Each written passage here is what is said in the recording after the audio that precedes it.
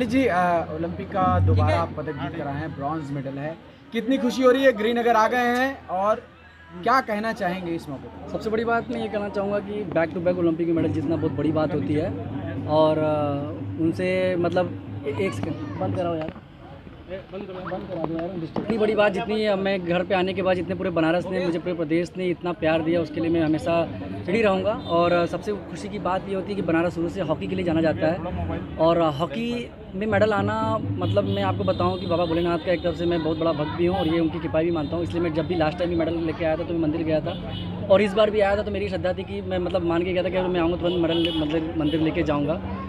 और as a team अगर मैं बताऊँ तो एज ए टीम हम खेले हैं, और हमें खुशी हुई कि हम पदक लेके आए हैं। बात करें ललित जी, पेरिस में जो खेल गांव है वहाँ का माहौल क्या था? खिलाड़ियों का क्या माहौल था? साथ में आपस में क्या चर्चा हर मैच के बाद होती थी? बहुत टफ इस बार आप लोगों का ग्रुप था, कैसे पूरी रणनीति आप लोगों ने बनाई थी और कैसे इस तक पहुँचे? देखिए, जब ओलंपिक खेलने जाएंगे या कोई भी मेजर टूर्नामेंट खेलने जाते हैं, जब भी आप वर्ल्ड कप हो गया या ओलंपिक्स हो गया या कॉमनवेल्थ गेम, एशियन गेम्स, तो ये बड़ा टूर्नामेंट होता है। इसमें जब भी खेलने जाएंगे आप ये कोई मत सोचिए कि वहाँ पे मुझे पूल कौन सा मिलेगा। आप जो चीज़ के लिए प्रिपरेशन करते रहे हैं इतना सालों से, आप उस पर ट्रस्ट रखिए। और हम लोगों का भी ये था कि जो कोचिंग स्टाफ ने हमें मतलब जब भी मैच बाई मैच जब हम स्ट्रेटजी जो तैयार करते थे उस पर ही खेल रहे थे हम। और हमारा शुरू से मोटिव था कि हम चाहे 2-0 से जीतते रहें किसी टीम से, या 2-0 से हारते भी रहें, तो अब भी हम उसी प्लान पे स्टिक रहेंगे और एज ए टीम खेलेंगे, तो उसी का रिजल्ट आया। सबसे बड़ी बात तो ये थी। ललित जी, बहुत शानदार टूर्नामेंट रहा, और इसके अलावा बीते वर्षों से भारतीय हॉकी खिलाड़ी बहुत बढ़िया खेल रहे हैं, लेकिन क्या लगता है कहीं एक कसक थोड़ा रह गई कि अगर गोल्ड होता तो हमारा उत्साह, हमारा जो अचीवमेंट है और बड़ा होता? यही क्वेश्चन आप 4 साल पहले ये पूछते थे कि ओलंपिक में मेडल कब आएगा। यही क्वेश्चन पूछा जाता था कि ओलंपिक्स में मेडल कब आएगा। जब 40-41 साल बाद मेडल आया तो फिर आप लोगों ने ये नहीं पूछा था कि मतलब कैसा रहा क्या नहीं रहा। मैं यही बोलूँगा कि अब जो पहले हम लोग कहानियाँ सुनते थे, हम लोग खुद में था कि पहले हॉकी में इतने गोल्ड आए हैं, 7 गोल्ड आए हैं, 8 गोल्ड आए हैं, तो अभी हॉकी का ग्राफ नीचे क्यों जा रहा है, ऊपर क्यों जा रहा है, ऐसा अप्स डाउन क्यों हो रहा है। मैं ये बोलना चाहूँगा कि प्लेयर पहले भी खेलते थे, आज भी खेल रहे हैं। एक दौर आता है कि जब एक माहौल आता है अच्छा, और एक अभी सबसे बड़ी बात तो मैं government of India, sports ministry, प्रधानमंत्री जी का भी इतना धन्यवाद करना चाहूँगा, खासतौर से अपने माननीय मुख्यमंत्री जी का भी, इसलिए क्योंकि जब एक प्लेयर को अच्छी फैसिलिटीज़ मिलने लगती है, जैसे अभी हमारे यहाँ जो भी हमें इक्विपमेंट्स होते हैं वो साई होती है, साई टॉप्स होता है जिसको बोलते हैं target on a podium scheme, तो सब चीज़ों से जब आपको हर चीज़ की फैसिलिटीज़ मिलती रहेंगी और जहाँ पे आप तैयारी कर रहे हैं आपको साधन मिलते रहेंगे, तो डेफिनेटली प्लेयर अपना फोकस केवल खेल पे लगाएगा, जो कि उसको जाके वहाँ पे एग्जीक्यूट कर सकता है, जो कि वहाँ पे जाके जो प्रैक्टिस किया रहता है उस पर जब वो जाके वहाँ पे एग्जीक्यूट करता है तभी मेडल आता है। तो ये सब चीज़ें कलेक्टिवली, केवल एक मेडल आने के पीछे बहुत कुछ चीज़ें होती हैं, प्रैक्टिस होती है, डाइट होती है, उसके बाद आपको इक्विपमेंट होता है, उसके बाद जो सरकार आपको सुविधाएँ दे रही हैं वो है, इसलिए ये सब चीज़ें पॉसिबल हो पाई हैं।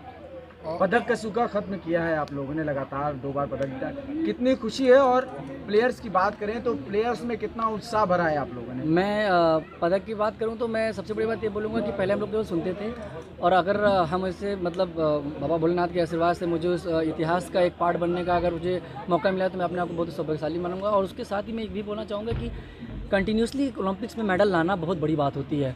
और जैसे आपने कहा कि स्वर्ण नहीं आ पाया मेडल का कलर, तो मेडल का कलर मैं रहूं चाहे ना रहूं, हॉकी है।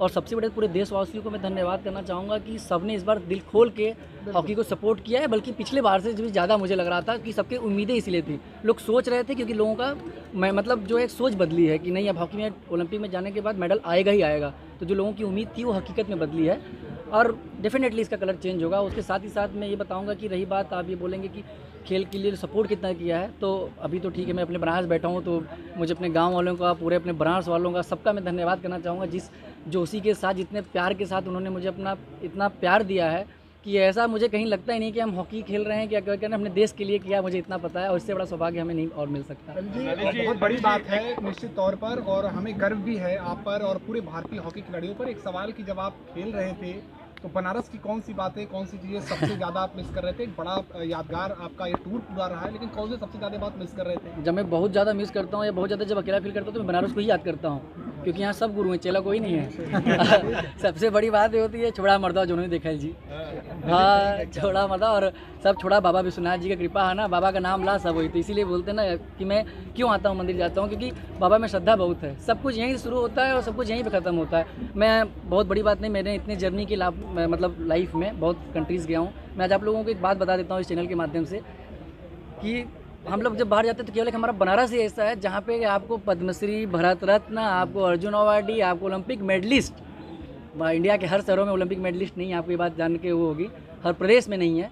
तो और उस प्रदेश यूपी प्रदेश में वो भी बनारस से होना बड़ी बात होती है। तो मैं इस चीज़ के लिए बाबा भोलेनाथ का और अपने आप का, पूरे सबका, बनारस वासियों का, पूरे अपने गांव वालों का धन्यवाद करूंगा कि जिस हिसाब से उन्होंने ये स्वागत किया और जिस हिसाब से मुझे सपोर्ट करते हैं उसके लिए मैं काफ़ी ललित जी, कहा जाता है कि हॉकी जो है करमपुर चली गई है बनारस से, आपने पदक जीत कर आस जगाई है, बनारस में हॉकी के लिए क्या करेंगे? फिर वही बात आप लोग, हॉकी करमपुर जाए, हॉकी हम जो कह रहे हैं कि हॉकी केरला चली जाए।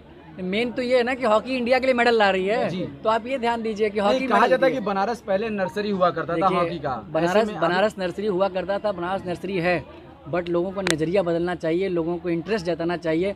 हॉकी कहीं जाती है, हॉकी हमेशा कहीं से ऊपर आती है। उसी चीज़ को आप ये कह सकते हैं कि हॉकी करमपुर में और ज़्यादा ऊपर आ रही है और मुझे खुशी इस बात की कि वहाँ पे आ रही है, वहाँ पे लोग स्टेप ले रहे हैं। मैं खुद वहाँ पे सपोर्ट करता हूँ, मैं तो जहाँ से हो सकता है मैं वहाँ पे सपोर्ट करना चाहता हूँ। हॉकी जहाँ से ऊपर आए मैं वहाँ के लिए रेडी हूँ, मैं बनारस के भी जितना हो सकता है उतना करूँ। लेकिन यहाँ के लोगों को सोच बदलनी चाहिए ना, जो पहले की लेगेसी लेके आप मत चलिए। लोग कहते हैं ना कि आप क्या थे उससे मतलब नहीं, आप वर्तमान में क्या कर रहे हैं और क्या है उससे मतलब है। आपने जो किया है उसके लिए आपको हमेशा साधुवाद है, धन्यवाद है। एक इंटरव्यू में आप दे रहे थे, उसमें इमोशनल हो रहे थे, हाँ। थोड़ा सा वो हमें बताएं। नहीं मतलब इमोशनल क्या था, मतलब हमेशा हम लोग शाहिद सर, मतलब शाहिद भाई साहब, विवेक भैया को जब भी देखते थे तो हम, मतलब मैं बॉल कीपिंग कर रहा था उस टाइम, एक चैरिटी मैच हुआ था विवेक भैया के टाइम, तो शाहिद सर थे उस टाइम, लोग थे, तो हम लोग उस टाइम बॉल कीपिंग करते थे। तो भाई हम लोग ये सोचते थे कि नाम शाहिद भर का देखिए, हम लोग उनके यहाँ तक पहुँच भी नहीं सकते। आज ठीक है, मुझे सौभाग्य मिला है कि मैं 2 बार ओलंपिक में मेडल जीतने वाली टीम का हिस्सा रहा हूँ और अपना कंट्रीब्यूशन दे रहा हूँ जितना दे सकता हूँ, लेकिन उनका नाम अलग है। और यही बात मैं आज आपको बता दूँ, हॉकी है तो उनको याद किया जा रहा है। ये बात हम लोग गेम से हैं और उन्होंने जितना कंट्री के लिए कंट्रीब्यूट किया